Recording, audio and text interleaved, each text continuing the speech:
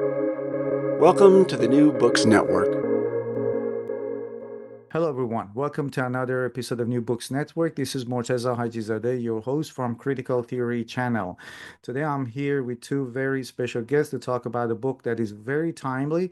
The book we're going to discuss is called How Government Built America, published by Cambridge University Press.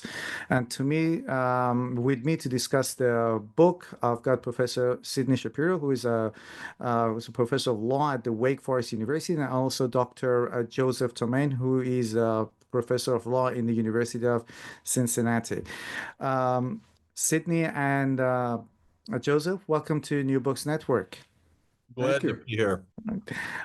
Before we start talking about the book, can you please just very broadly introduce yourself, talk about your field of expertise and what attracted you or what made you interested to pursue that academic area? So maybe we Joe, should would you like to start with start? you, Sydney. Okay. So, my undergraduate work at the University of Notre Dame was in government or political science. From there, went to law school. And I was in law school from 1971 to 1974, which right after sort of the Kennedy years and the Great Society. And so government was still held in high regard, and a job with government would be a very desirable one. When I got into teaching, I started teaching in the area specifically of energy law and policy, which is an example of government regulation. And then Sid and I got together in the early 90s and collaborated on a case book called Regulatory Law and Policy that looked at government regulation across a broad spectrum of areas, both economic and sociological. And so, in that sense, I've been doing it my whole career. My trajectory is very similar to Joe's. I also graduated about the same time he did, and am a child, therefore, of the 1960s and of that activism and of John Kennedy's admonition to people our age back then: ask not what government can do for you, ask what you can do for government. So I carried that mantra into my first two jobs. So I was a government bureaucrat. I worked for the Federal Trade Commission and then the Food and Drug Administration in Washington. Went into academia and started writing about government and have been doing that ever since. My specialty is administrative law, which is the procedures, legal procedures that government uses to carry out its policies. And that sort of matches Joe's expertise because energy law and most types of regulation are carried out using administrative law. Right. And now let's talk about the book, How Government Built America. I think the past few years, by the past few years, maybe past couple of decades or even more, there has been this whole negativity or let's say skepticism about the role of government. We don't need government. Government is wasting money. It's wasting taxpayers' money, and especially with the rise of neoliberal economics and that the fact that the government should not interfere in economy or in market. So I'm interested to know how the idea of this book came about, and is also your book a response to that neoliberal economy, so to that skepticism about the role of government and all that push to make the government smaller? I think that Sid and I have always taken the position about the importance of government, as we told you in our brief biographies. The idea of neoliberalism we addressed to a more academic audience in a previous book called Achieving Democracy. Uh, as I say, it was an academic critique of that movement that I always characterized as government is bad and markets are good, and markets ought to be the default. This book is a continuation of that scholarship, and we'd written this one specifically for a general audience, trying to explain the historical fact, the reality that government and markets have always worked together in our political economy, and that even though people love to be critical of government, regardless of whether you're a Republican or a Democrat, the bureaucracy tends to get criticized from both sides of the aisle. We wanted to write a book that emphasized the necessary and crucial role that government has always played in literally building the country from roads and bridges right through the internet. Yeah, part of the difficulty we think is that what government does, and I know we're going to talk more about that, is pretty well hidden from public view and from people's lives day to day. The market economy, the price of gasoline or of eggs, is sort of right there in front of you. So people are focused on the market, and it's hard to see the degree to which both markets and government together intertwined have built our country and continue to do so. Absolutely right. Yeah. And we will try to expand this a little bit more as we go further. But I do like to make a comment on what Joe said. When I picked up the book myself, given that it's a Cambridge University book, I expected to read something really difficult to get into. But as I was reading it, I said, well, it's a beautiful kind of pop history book. Because it is sort of a history book. You start from the 19th century, the role of government during Abraham Lincoln, and you move all the way to Joe Biden's administration. And it was, like I said, it's quite accessible. I didn't really have to uh, rake my brain to understand that academic language. It wasn't there. So as a matter of fact, I do think it would be a good idea even to publish the book with Penguin or one of those, commercial publishers as well. Um, Sid, I do have a question. In the book, you start the book with two myths or two visions of America. Let's say that are symbolized by, first of all, one of them is this famous Marlboro cigarette ads or commercial, this lonely rider who's in the open land or frontiers smoking cigarette, and also a movie. The other vision is the movie, the Mr. Smith Goes to Washington, which is one of my favorite movies by, I think, was it Frank Capra? I'm not sure about the director. Yes, very much. But yeah, Frank Capra, obviously Frank Capra, and also James Stewart. James Stewart, yeah, I guess, who acted in the movie. Can you talk about what are these two visions of America that have still sustained and remained with us? Absolutely. You can see them almost every day. And one of them is associated with markets, and one of them is associated with government. And as Joe and I argue, they're therefore both myths because the country is neither one or the other. It's some combination of both. So here we have the cowboy sitting on a cliff, and he's overlooking the beautiful western mountains, and the cigarette company is selling Marlboro cigarettes, but what they're really selling is an image of who you are, of course, if you smoke their brand of cigarettes as opposed to somebody else's. And of course, this is way back before the country or anybody appreciated the dangers of smoking. And what the cowboy stands for is individualism, self-reliance, self-sufficiency. And those are values associated with a market system. In markets, everybody decides what they want to buy, what they want to sell. You can make of yourself what you want to achieve. Literally, the myth of anybody can become a millionaire is there, and it's all built into that sort of system of understandings. And then on the other hand, you have this wonderful movie that you were discussing. And in the movie, James Stewart discovers that all the other senators are plotting some nefarious behavior, very much in their self-interest to make more money. It's really very corrupt. And he takes to the floor of the Senate, and he ends up doing a filibuster and wins the day and stops their action.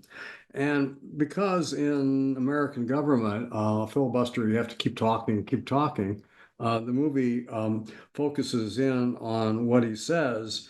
And he talks about America as a country that looks out for the other guy.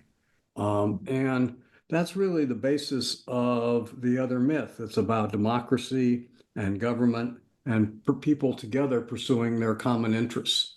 And you can see that all over the place too. So on the one hand, we were growing up and Western movies and Westerns on TV were a big thing. And you never saw any government anywhere.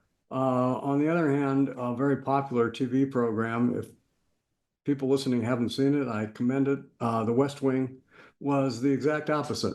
It was, again, a tale of hardworking people trying to do and achieve the common interest of the American people. And both myths are true and both myths are false.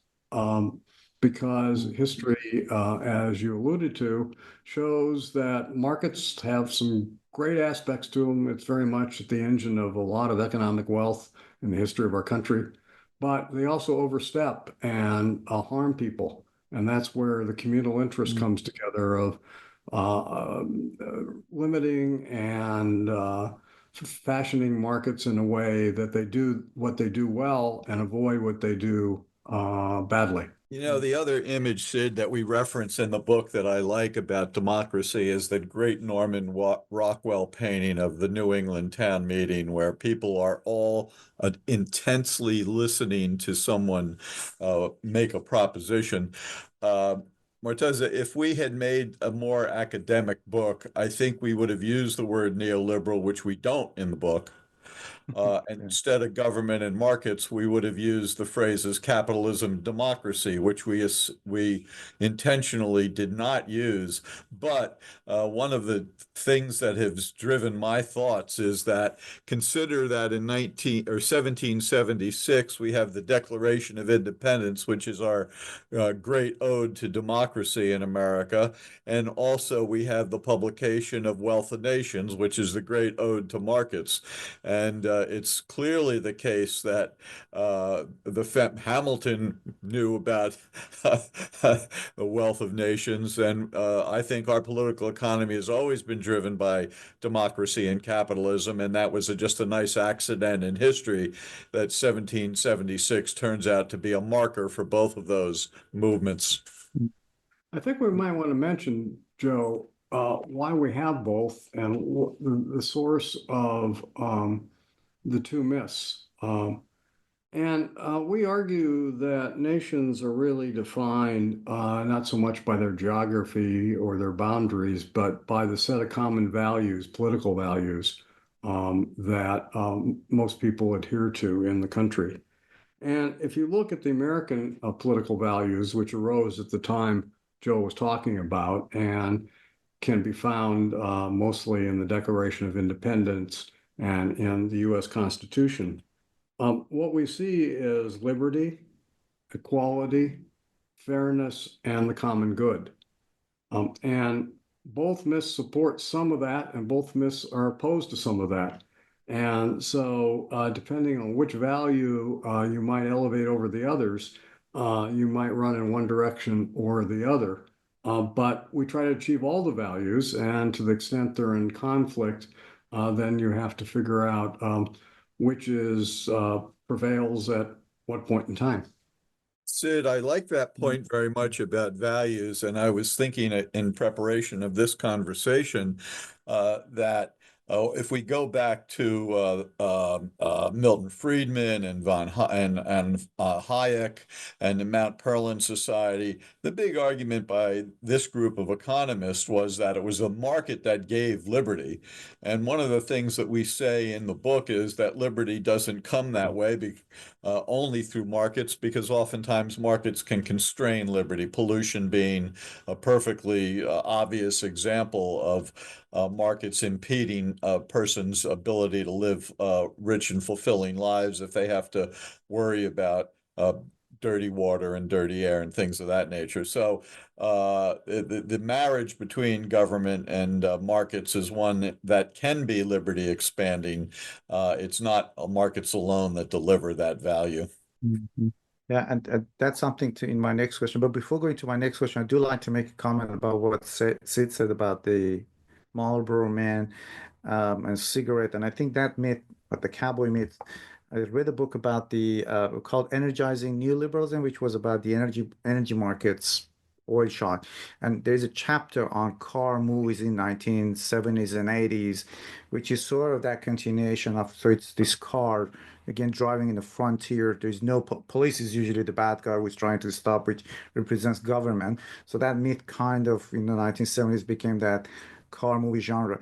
And Joe, what you said about markets and giving freedom, I absolutely agree with you. And there have been tons of books and articles trying to debunk this myth that freedom, the market, it's not the market that gives you the freedom, but it's the role of government there that is important, which is my next question. And when we talk about these issues, there's usually a lot of politics involved. The moment you criticize the market, there's this generic backlash that, oh, you're totally against the market, which is not the case. As you mentioned, markets do great things, but you also need the government. And that's my next question. Can we say, and it's both for you and for Joe and Sid, can we say that markets can function without governments, as the new liberal economists were Well, were asking for? And well, one of the things yeah, go ahead, Paul. yeah, I'm sorry to have interrupted. One of the things I tell my students is, well, let's try to imagine what a market would look like without government, right? I mean, you could have a society in which I trade you my rock for your seashell instantaneously. You can have that type of barter economy, but you can't have any complex economy that depends upon credit. If I breach my contract with you, that I'm going to pay you in the future, and I don't, you can sue me. And it's a government that was going to sustain that contract. It's government that defines property. It protects property. It protects the ability to do transactions in property. That's all government that does that. And when I teach a course on government regulation, I tell students from the very beginning, the one takeaway from the course is that you cannot have a market without government. You cannot have a complex market like a credit economy without rules that protect the property that you're trying to preserve. It's also the case, isn't it, Joe, that it's not enough really for government just to establish contract law, establish property law. By the way, have a system of free courts that people can use and the government pays for to write or enforce those rights. It's also that markets, to be a more successful source of prosperity for people, need government to invest in them. There's just certain kinds of investments, like roads, that private people are not going to provide, or public schools. These are all engines of economic success for people.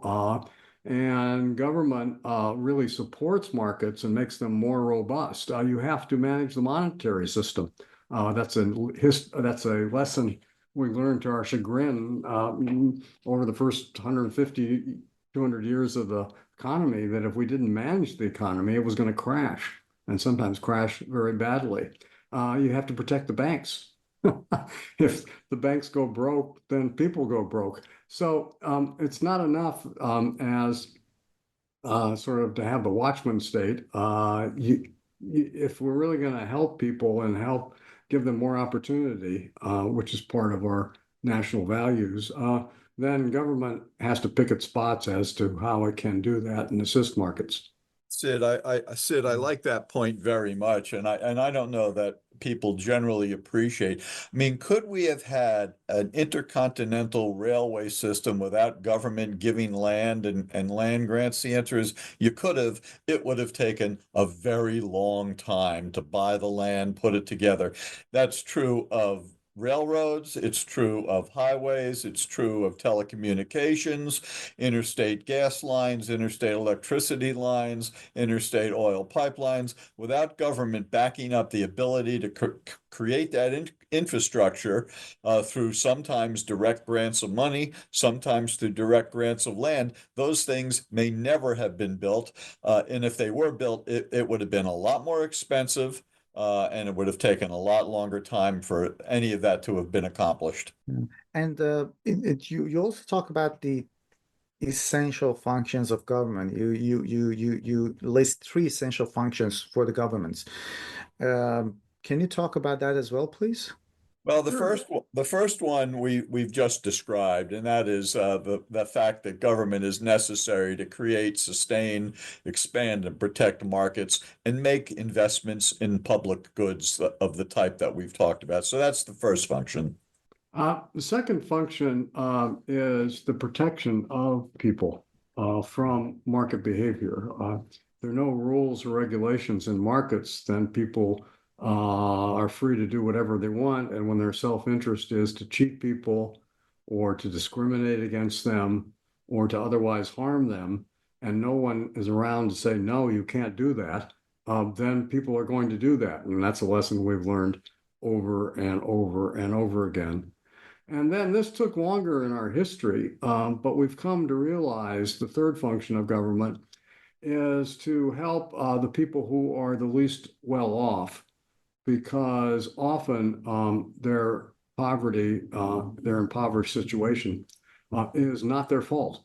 And it's a kind of mass insurance policy that if any of us are terribly unlucky through no fault of our own, there's only so far we can fall down, and we're going to ensure that at least, or we hope to ensure, that at a minimum, people have housing and some food and a way to build back their economic opportunity and succeed again. And that's really the third function of government. And what's remarkable, we think, is government is huge today. There's no doubt about it. It's very complex, and it does hundreds of things. But Joe and I pretty much feel you could organize any one of those things into these three functions. We've been doing this as government for 100, 200, 300 years. And we add to number one, we add to number two, we add to number three as appropriate. But government really isn't all that complex. It just does these three things. You know, Sid, I'd like to go back to your second point on discrimination. Morteza, you talked about, well, is this book something of a critique of neoliberalism? Yes, it is. But, you know, when you listen to hardcore neoliberals, particularly law and economics types here in the state, they'll make the following argument. It's economically irrational to discriminate on the basis of race or gender because smart employers will always go for the best and most competent employee. That's the argument they make. And in order to criticize efforts of the government to correct those injustices. Well, if the smart employers would do it that way, they would have. They haven't done it. And so the argument that just wait, read Martin Luther King's paragraph on waiting, it's dramatic because he ends that paragraph by saying wait means almost always means never.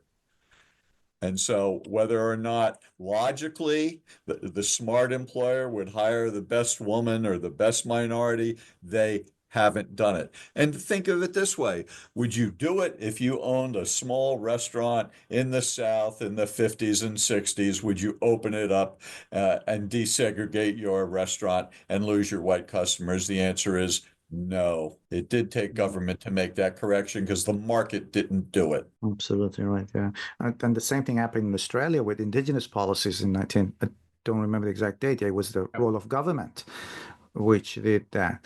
I think at the beginning of the interview, I mentioned that this is a great book in terms it's accessible, but it also gives you a history lesson. You start from the beginning and you move all the way back to you move all the way to Joe Biden's administration.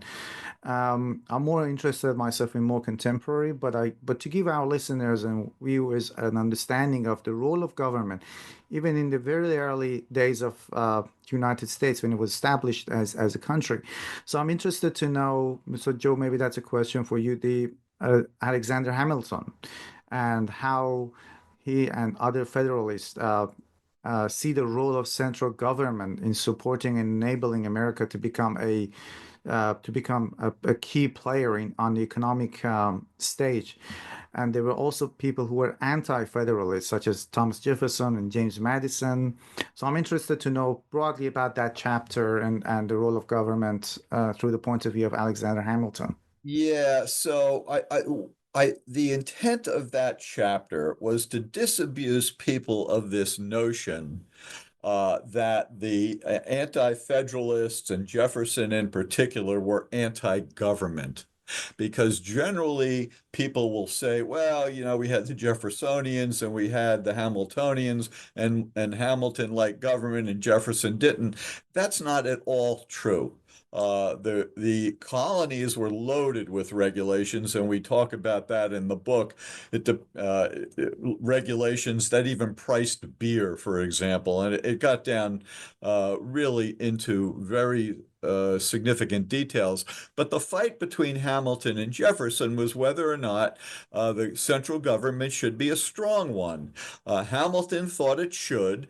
He thought a strong central government would be able to allow America to really play on the world's economic stage in terms of trade and commerce and things of that nature, and literally take care of the Revolutionary War debt as well. The central government could do that if that effort was coordinated. Jefferson, though, he thought the country was better off as an agrarian economy, and it sounds like very individualistic, but power would revert to the states, not to the central government. Well, Hamilton wins that argument. Washington, D.C. Is established, and then Hamilton goes on to write two extraordinary reports, one on manufacturing and one on banking, both of which were adopted in part by Congress, that really laid the groundwork for a strong central economy. Jefferson comes to office. He's our third president. Does he not exercise power? No. To me, one of the great examples of the use of centralized power is Jefferson buys the Louisiana Territory. He expands the country significantly. And so, no, he was not against power. He was not against the use of government to regulate the economy. He would have preferred it to be done at a more local level. Now, the anti-federalists had a little bit of a different argument, and ultimately it was adopted by the Federalists. The anti-federalists wanted to make sure that individual rights were protected. That became the lever that catapulted the Federalists to support the adoption of a Bill of Rights. So there's a lot of different elements here, but the key fight between centralized government and decentralized government ended up on Hamilton, with Hamilton's persuading the rest of the government to go along with that idea. And you also have a chapter on Abraham Lincoln and how he promoted economic development and created this middle class through government. So can you talk about that one, Sid? I can. So, of course, Lincoln is a pivotal figure in American history. At the start of that chapter, we relate how many books and movies and music and songs have been written about Lincoln, and it's really just quite astounding. But he's really pivotal as well in the history of ideas of the country, and in this way that Lincoln took this value of equality, which is in our basic documents, and he defined it in a way that has been present ever since, and in a way that related to economic development and the building of a middle class. And by equality, Lincoln spoke of equality of opportunity, giving people an equal chance to succeed and be as good as they can be, accomplish as much as they accomplish. And for that to occur, Lincoln spoke about people had to be at the same starting place, that, as he put it famously, everyone should have a fair chance in the race of life. And he saw that as the role of government. Government needs to give everybody an equal chance, and then they can go out into the market system And through hard work and talent, they can do the things that they're able to do. And that's why Lincoln opposed slavery. He was a man of his time, which is to say he was white and racist. But despite that, he saw slavery as fundamentally incompatible with the basic notion of equality. And then in redefining it that way, he really put the government in the business of, as we said, supporting markets and supporting market development to give lots of opportunities for people. So at the end of that chapter, for example, we celebrate his support of education and the establishment of land grant universities in the Midwest and support of transforming the West and giving people the opportunity to move west and start farmsteads.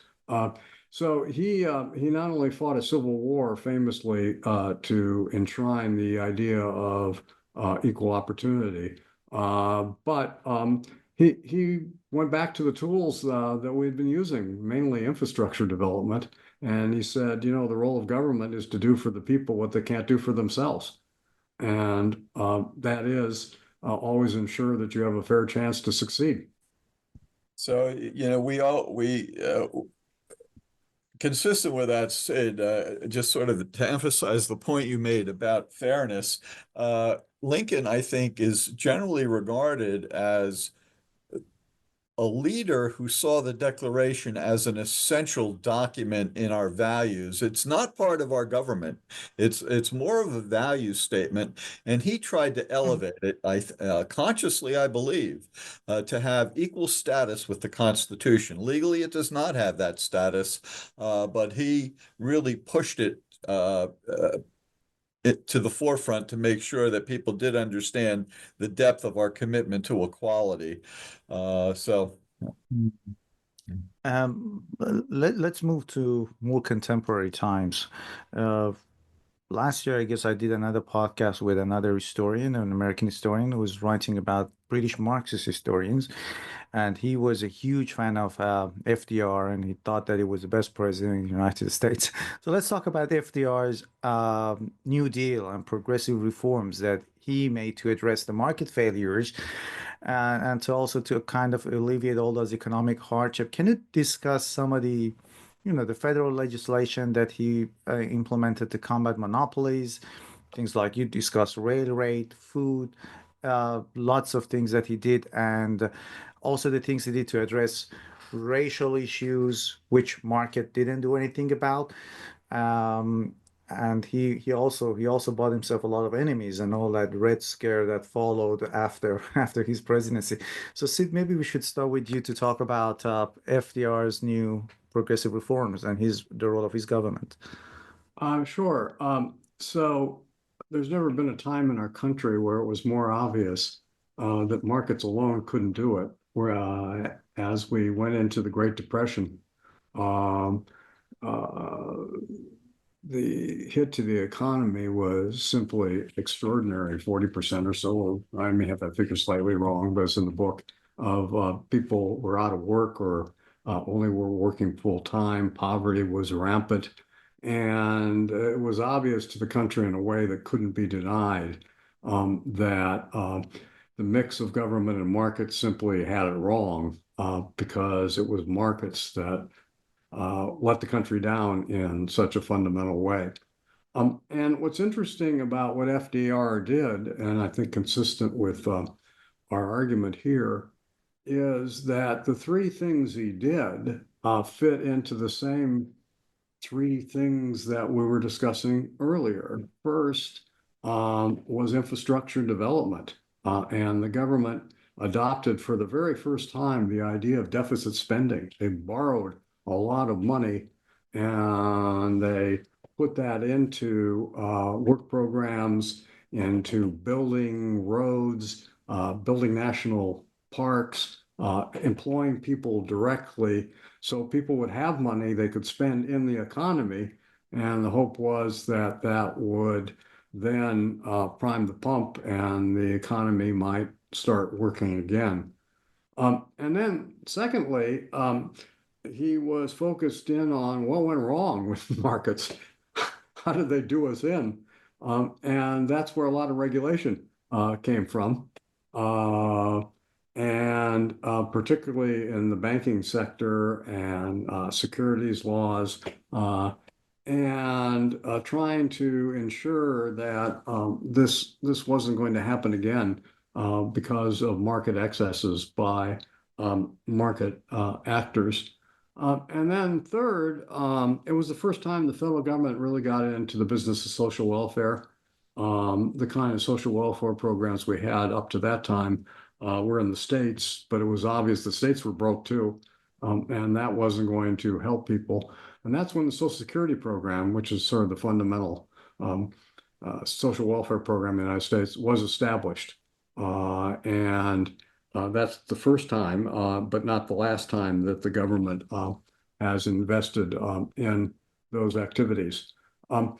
None of that is new, as we said, but it was the scale of the activities that up to this time, there had been lots of infrastructure development, some policing of markets during the progressive era, and as I just said, not much investment in social welfare.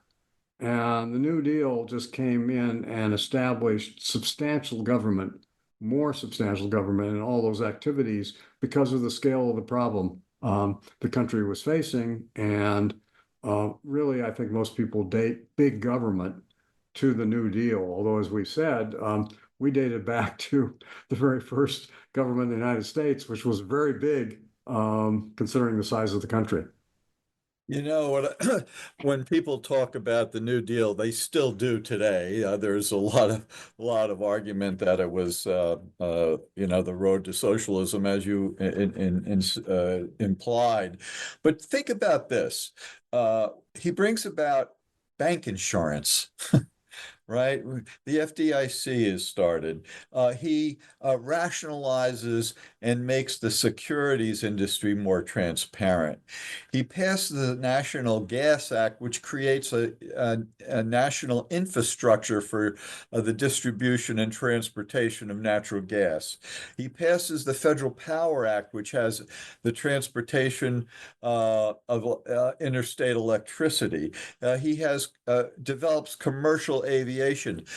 Every one of those industries really proliferated remarkably because of the backing of the federal government that allowed them to go into interstate commerce in ways that it had not before, and in some respects could have been hindered by individual states regulating the way they wanted to. So as far as the socialism of the New Deal, you're really talking about Social Security, right? And then you're also talking a little bit about the NLRB, which people are still arguing about. But overall, his economic program was very pro-market. It is true, though, Joe, in our book that in many ways, as the historian you talked to previously, FDR is a hero, but in one way, he's not a hero at all, which is that he continued and abetted the racial segregation and discrimination that was occurring in the South and did very little about it. And in fact, Black citizens were not eligible for many of the benefits of the programs that were offered. And he just did that as a crass political deal. To get these programs through, he had to have the votes in the Senate. And all the Senate committees are based, the person who's chair is based on seniority. How long have you been there? And all of these senators who controlled key committees had been there 20 or 30 years, elected every year as a Democrat from the South, and they were all arch segregationists.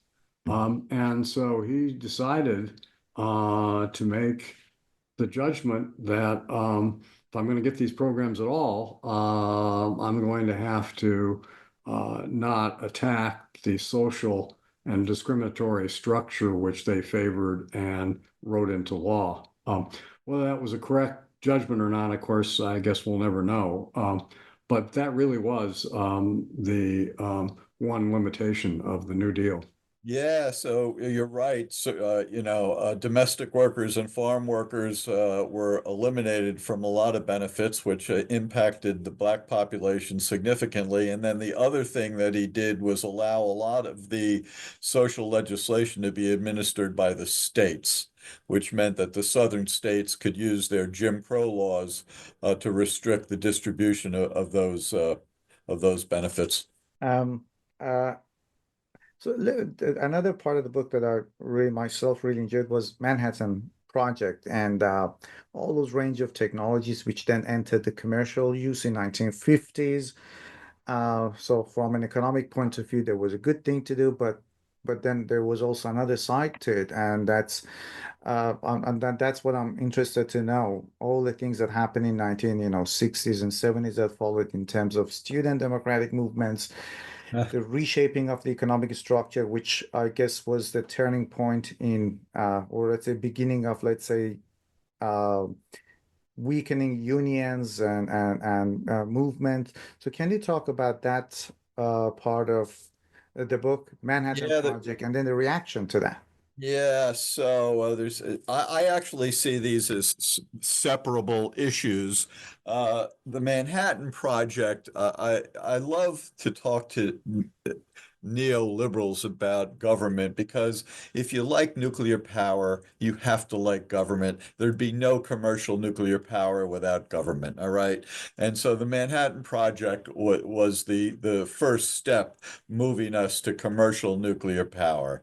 Uh, the other thing I like about our book is the chapter on Eisenhower, because you take Eisenhower and you go, well, he's a middle of the road type of Republican.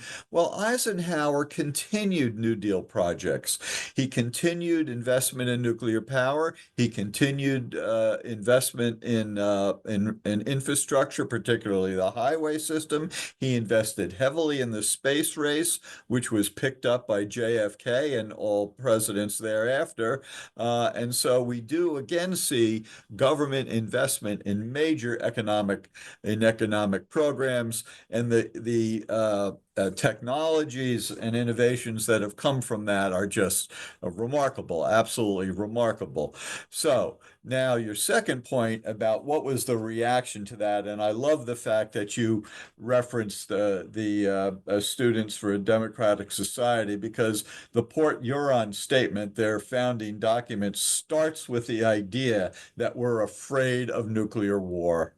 And so it's a remarkable statement to make, but it's there. But I have to say, Morteza, for me, the movements of the 60s, I see as something separable from what we're talking about in terms of the mix between markets and political economy. We enjoyed from the 50s the most social mobility that we've ever seen, economic mobility in the country we've ever had. We've seen the biggest compression of economic inequality than we've ever had. And so the students that were writing the Port Huron Statement and thereafter were living, quite frankly, a pretty comfortable life. They had a life that they knew or certainly believed that they were going to be better off economically than their parents were. And so now we have the wherewithal and the resources to take the movements that went on, women's movement, consumer movement, environmental movement, civil rights movement, and that in some sense they were able to engage in those activities because they could afford them. And I'm not exactly sure how to sort of work that balance out. But quite frankly, the culture wars that we're having today, I think, are a continuation of the fights that we had in the 60s. Sid, do you see any No, I think you're synergy? That we had all of this economic equality, the 1950s, booming markets, the New Deal by establishing free education for the service people who came home. Suddenly, instead of 10 or 12% of the country being educated, We have 50–60% of adults who now have a college education, or they supported starting individual businesses if you were a returning member of the armed forces. So we have all this economic equality, which, as you said, left many middle-class students in a favorable position. And yet they weren't happy because they looked around and looked at these national values, particularly equality and equality of opportunity, and said, despite all this wealth, we're leaving lots and lots of people behind, either through the segregated South, through large swaths of poverty across the country, which affected people of all races, women having a kind of second-class status, including legally second-class status. And then all of these movements said that we have to fix these other aspects of our society, which have less to do with how comfortable most of us are. And we have to sort of use government to get a mix that better serves those national values. And eventually, as as was just pointed out, that creates a backlash. But I think the model of the Manhattan Project and government doing infrastructure investment with private business continues. That's very successful, but that's on the economic side. And then we have these social issues, if I can call them that, of equality and opportunity and discrimination. And the 60s and 70s were all about addressing those, led by people who were fairly well off, as you say. Yeah, I hope we do justice to the civil rights movement in the book, because I think you're right, Sid. The 50s were wonderfully the 50s were economically well off, but the vision of the 50s, and we make this point in the book. It's funny, I had this conversation last night with a group of people. I go, yeah, if you look at all those television programs, you had a husband, a wife, a couple of kids, a white picket fence, a single family home, little dog running around, everybody's real happy. And I said, but you never saw a black person. They were not part of that version of the American dream. And that became extraordinarily apparent. But boy, when you had leaders like King and Thurgood Marshall and John Lewis, and any number of people that brought this to television, and you could see what was happening in Birmingham, and you can see what was happening in the March on Washington, I think that consciousness raising was absolutely central to America coming to grips with Jim Crow, and ultimately LBJ successfully passing the Civil Rights Act of '64 and the Voting Rights Act of '65. To me, markets weren't going to do that. Mm-hmm. Yeah, and you're right, and that's when you were talking about FDR, I was reminded of civil rights movements and the acts that the regulations that they put into place to fight against racial injustice. That's again something that markets didn't do anything about, but it was the role of government again. I'm not a historian myself, and I used to think that I know the history of the United States fairly well, for a guy who is just interested in broad history. But when I was reading your book, there was this initiative, Lyndon Johnson's Great Society, that was for the first time that I'd heard of that. And I'm absolutely sure that our viewers or listeners would be keen to know more about that. What was Lyndon Johnson's Great Society, and did it achieve the objectives that it had? And I'm also interested to know about, during the Cold War, what diminished public trust in government, which I guess kind of paved the way for that idea of market economy. Sure. Maybe I can answer the first part about that, and Joe can answer the second. So we have all these political movements across the United States: civil rights movement, the women's movement, the consumer movement, lots of political activism demanding that we solve those other parts of the country that are wrong in many people's minds, despite the economic prosperity. And Lyndon Johnson's genius was that he was able to get Congress to pass more laws dealing with all of these issues than actually were passed during the New Deal. So if you use that as a measure, the next great expansion of government was during these years. Government's always sort of slowly expanded, but sometimes we have these large outbursts.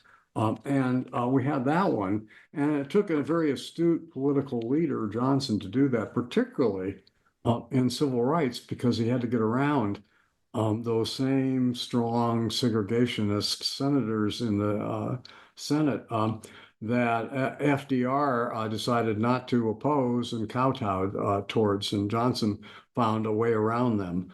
It was, and he sort of brought these ideas together in a speech at the University of Michigan, where he talked about the Great Society. And in the Great Society, he was talking about we need to fix these aspects of our economy so they're fairer and people have more opportunity and people aren't discriminated against. And he really packaged all those together under that phrase and so basically made the case that we need a major adjustment between government and markets if we're going to be a great society. So in that way, he was quite brilliant, and perhaps no other president might have been able to achieve as much as he did legislatively. You know, Sid, again, I think one of the surprises for me in writing the book was to how bipartisan a lot of these movements were.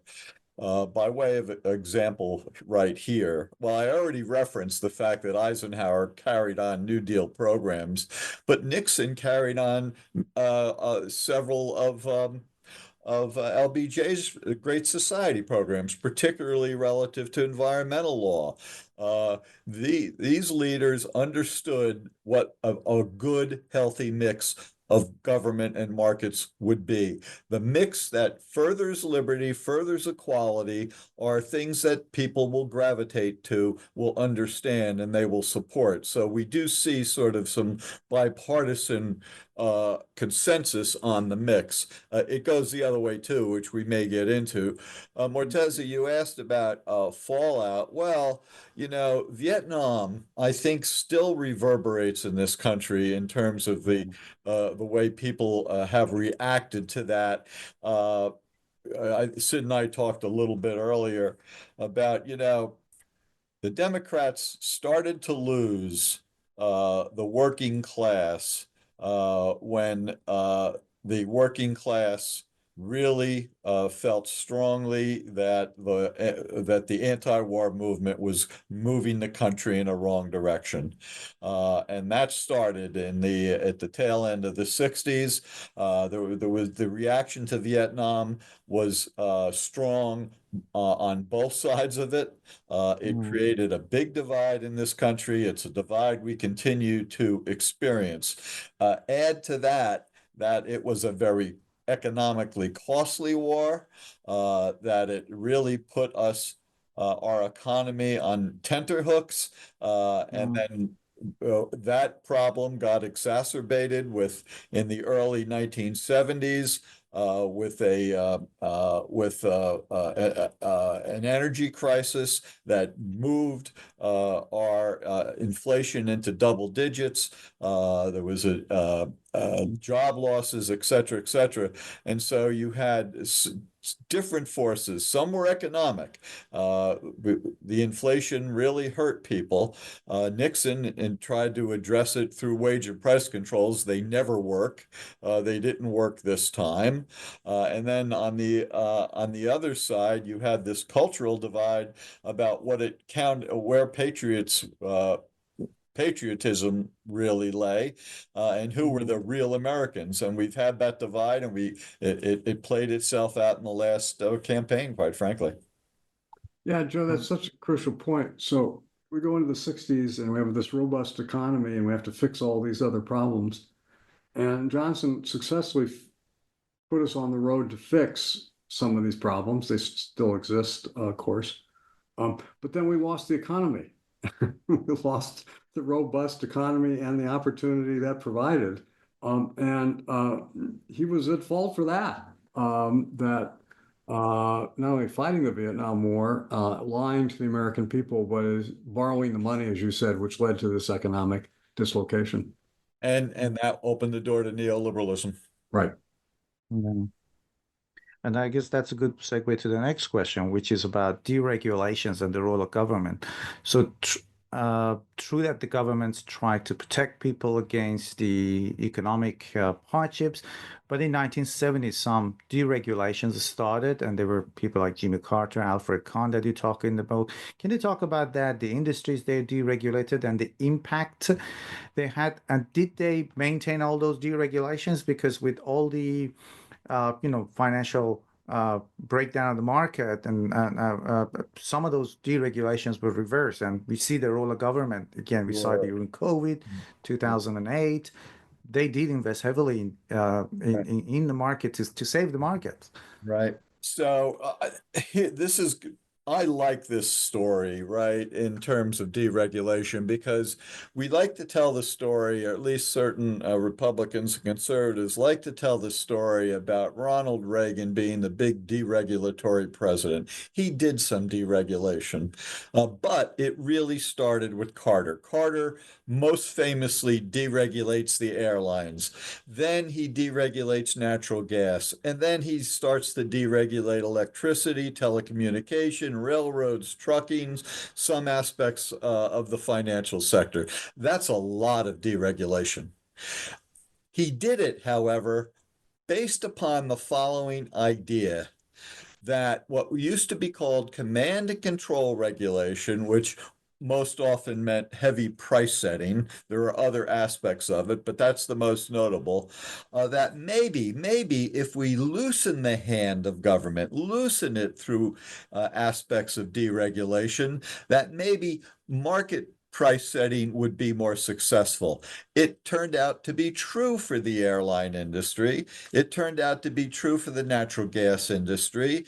It was true for the electricity industry, but that takes a little bit of a turn that takes us a little off track. It was definitely true for the communications industry, less so for trucking, and less so for the financial sector. But his idea of deregulation was based upon an economic idea that markets could improve transactions. For me, Reagan deregulation thought deregulation in and of itself was a good thing, and it went too far. Oh, it also went too far with Clinton. He thought we should deregulate welfare, we should deregulate the banking system, which led to the Great Recession of 2008. So we had some successes with deregulation. Deregulation as an idea, I don't think is neoliberal in and of itself, as long as you're able to point to a market that price setting could be done more fairly by market transactions than it can by government price setters. If you can show that, which is something economists can do, that's perfectly fine. But to deregulate for the sake of deregulation, as we saw in the financial sector, really oftentimes has disastrous consequences. I hope that's responsive to your question, Morteza. Yeah, absolutely. And I wanted to ask about the role of Ronald Reagan and Bill Clinton, but you did mention that it was actually started with Carter. You're right, but they sort of continued the deregulations of the market. But I guess I could be wrong, so I'm posing the question. Reagan and Clinton, were they after complete deregulations of industries and banking system? There is it's hard for me to think of, Sid. Maybe you have one in mind. We've never deregulated a complete industry. Oil has never been that heavily regulated, curiously enough. So when we got rid of oil press controls, that really wasn't much. But it's hard for me to think of a regulated industry that's been completely deregulated. We haven't completely deregulated airlines because we have air safety regulations in place. We've deregulated the price pricing of airlines. So when you talk about deregulation, you're really talking about sectors of an industry and not an entire industry. Bill Clinton probably follows Ronald Reagan because the mood of the country had shifted for the reasons we were talking about earlier, that we came out of the Great Society and we put into place these fixes for things that needed fixing, but we also lost the economy and it just wasn't working out for people. And then we had deregulation, which, as Joe said, made sense, and it was bipartisan, and the country actually benefited from it. But that really fit into the kind of anti-government mood that was developing at the time.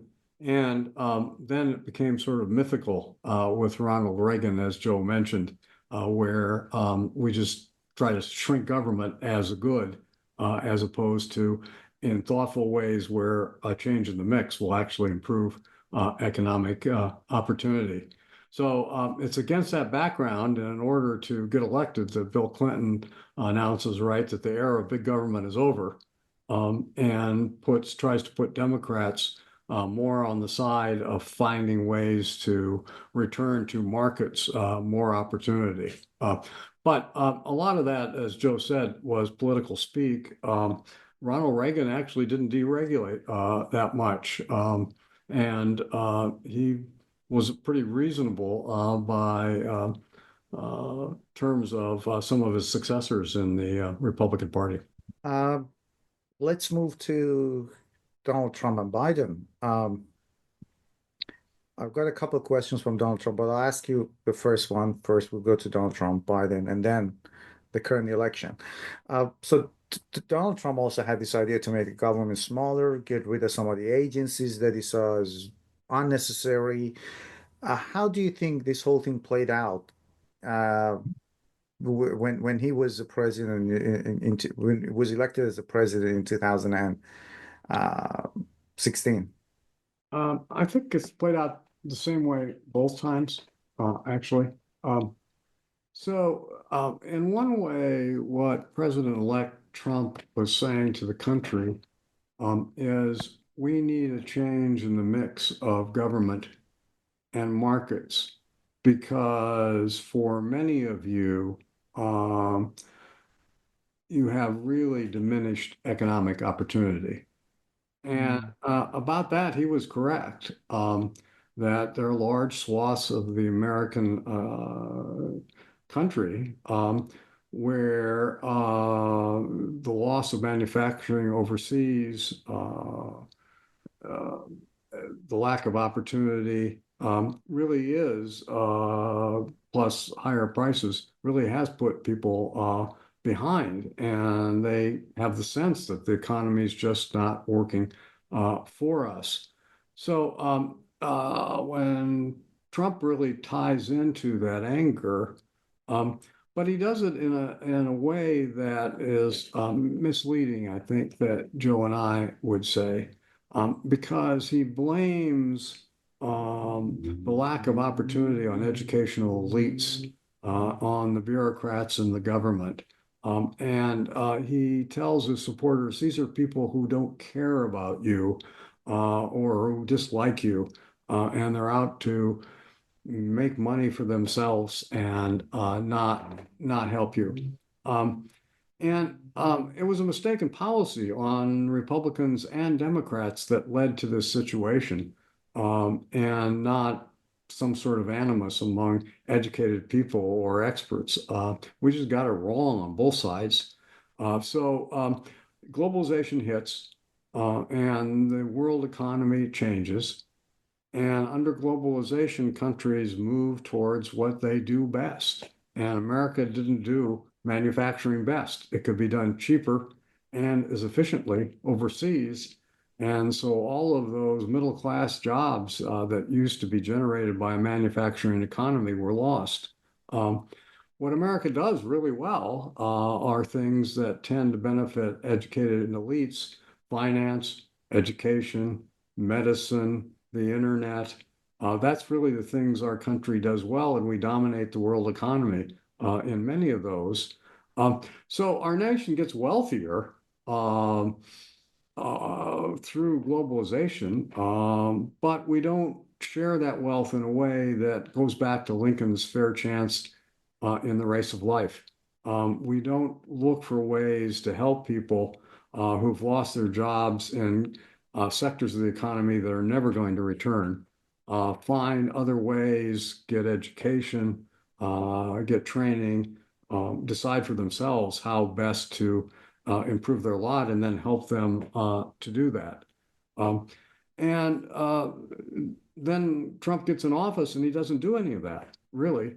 He uses the tax cuts and deregulation to some extent of programs that protect his various supporters, and managed to get out of office and didn't really sort of right the economic ship, which has been tilting since the 1980s. Then President Biden gets in just barely. And then the Biden folks, as we could talk about, actually did try to do some things for the people left behind, but they didn't do a very good job of explaining that. And they didn't have a lot of support from Republicans in the Senate. So once again, he campaigns the same way, and the same people sort of say, if we end immigration, if we put up high tariffs, if we deregulate, somehow all of those things are saying return to the market economy. But it was the market economy that did them in the first place. And Democrats and Republicans are equally responsible for that. And somehow the country needs to recognize that and once again start working on these economic issues. Sid, I like your analysis very much. For me, Trump's first term starts off with the big promise to deconstruct the administrative state, and he did very little legislatively, tax cuts being the major piece of legislation that he got through. We did not see a lot of deregulation coming through his legislative initiatives. However, he put together a Supreme Court that is very anti-bureaucracy and anti the administrative state. And so he did by indirection, I think, what he said he was going to do by direction. So we have a court, and Morteza, we talk about the court in the book, its role in shaping the balance between government and markets. But the Trump court is not friendly towards government. I could put it mildly.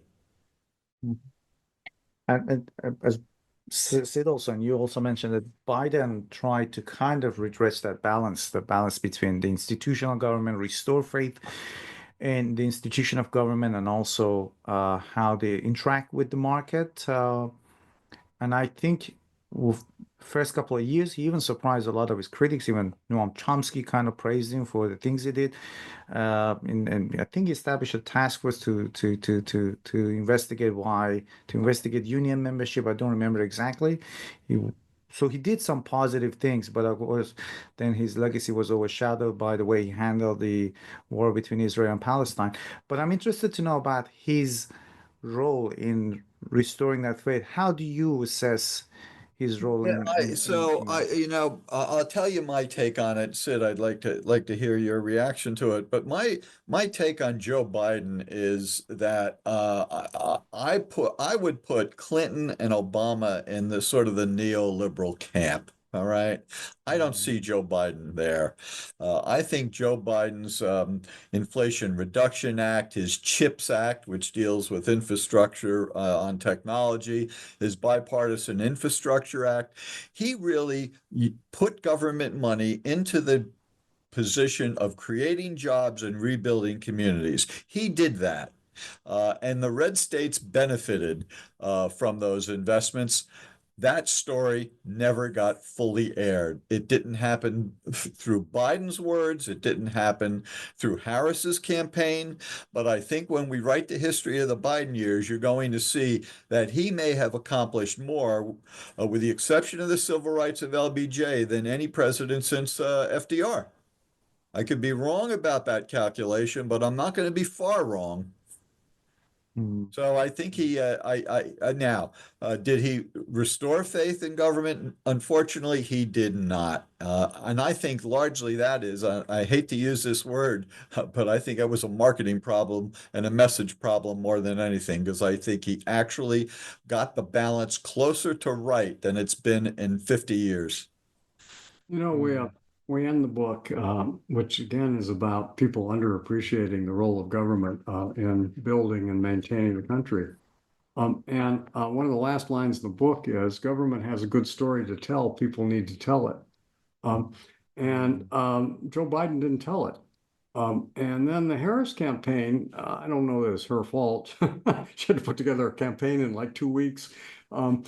But they didn't really emphasize what we could do going forward to continue what Joe Biden started, which is raise the national minimum wage, develop a green economy which provides jobs for the people who are going to be displaced as we reduce our reliance on oil and natural gas, expanded educational opportunities. There's lots that the government can do at not a terrific cost to once again go back to Lincoln's fair chance in the race of life. Unfortunately, perhaps because of lots of pressures, she didn't run that campaign. Trump said, "I'm going to help you," and the people who were responsible and people blamed the Biden-Harris team didn't really say, no, you got that wrong, in a way I think that might have blunted some of Trump's rhetoric. Yeah, I guess you're absolutely right in terms of the messaging, because I do remember they did invest a lot of money in infrastructure first few years, Billions, yeah, and they even surprised, like I said, his critics. Even the last person in it, I expected to say something nice about Biden was Noam Chomsky, which he did when in the first couple of years. It surprised him of his actions. Yeah, you were right that messaging wasn't unfortunately emphasized. And one final question I have, which is about future. I know how much historians, sociologists, and everybody hate to talk about the future because it hasn't unfolded yet. But I'm curious to know, Donald Trump is going to be the president in January. He has established a new department. I think Department of Government Efficiency. I don't remember the exact name, with Elon Musk and another Republican in charge. How do you see? And he has this rhetoric of government being inefficient. How do you see the next 4 years or the next 8 years? Hope I'm wrong, but how do you see the future in terms of the role of government? Because he's going to impose some tariffs on imports, and it's going to impact the world economy. Well, for one thing, President-elect Trump isn't necessarily a small government guy. Yeah. Some of it is. He's certainly promising deregulation and tax cuts, but he's also promising, as you say, to build the economic system with tariffs and tax cuts again. It's really difficult to see how he's going to do much for the people who voted for him, and whether the opponents, the next Democratic nominee, can point that out successfully to the American people remains to be seen. And part and parcel of that is destruction of the government and trying to get rid of the very people who can help him build a successful government and a successful series of programs. And we talk about in the book what's called neutral expertise or neutral competence of the civil service. And these are men and women who support the president when the president asks them to find reasonable programs to solve national problems. When the president comes to them, as he did in his first term, and says, I want to do this or that, and they reply, that's not going to work and it's going to backfire, and then he gets angry because they won't do what he wants. And so this time around, as you pointed out, he's proposing to get rid of all those folks and install his own people who will do his own thing. I think it's unfortunate for the country because I think the two lasting legacies of the next 4 years are we're going to have to rebuild government and put competent people back in it. And then secondly, that we have these pressing problems, climate change, economic inequality, inequality of economic opportunity. And we aren't going to make any forward progress for 4 years on those things. And that's really sad. We're just going to be standing in place or making it more difficult to once again fix the mix. And I think that'll be his legacy. We'll see. Sid, I completely agree. You know, in his first term, he moved agencies from Washington to places that people, you're going to lose civil servants when you're asking people to uproot their families. His attack on the environment but lost thousands of scientists. The weakening of the bureaucracy appears to become even worse during the second term, given some of the statements that he's made, given what's been written in Project 2025, where he is now nominating people who wrote chapters of that report to be in his cabinet. So if you take a weakened bureaucracy, you mentioned climate change, but what's going to happen with RFK running our health department when the next pandemic happens? What's going to happen with AI? What's going to happen with social media and concentration of search engines? What's going to happen in the cryptocurrency industry? I mean, at some point, is anyone going to be surprised when that goes belly up, that industry or some of the players in it? Without expert, seasoned bureaucrats that know how to do this work, or a diminution of the number of people to do this work, I think we're running a big risk on the future problems. You're absolutely right, but I hope you're wrong. Yeah. We can only wish. We do too. Can only wish. But unfortunately, all the signs, all the symptoms and signs I are would love to be pointing in wrong. that direction that you mentioned. We'll just have to wait and see. Yeah. Unfortunately, having written a book about the history of government, our predictions are based on that history. So Yeah, you're right. And Yeah. if history is a guide, that's what they're gonna find. Just another thing came to my mind. I had, you know more about the role of government. So some of the plans he has are let's say targeted towards federal governments. Do you think he'll be able to achieve much of what he has said or much of what he has put into his 2025 agenda, given that the um, state governments are going to be responsible for implementing them? I don't know that the state governments are so much responsible.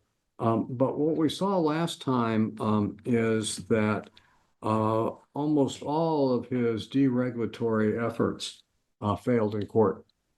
And the courts looked at that and they said, look, if there's a regulation in place, the agency who put it in place built up a record of science, data, statistics, saying here's a problem with the economy, here's the problem with pollution, here is a problem of dangerous foods.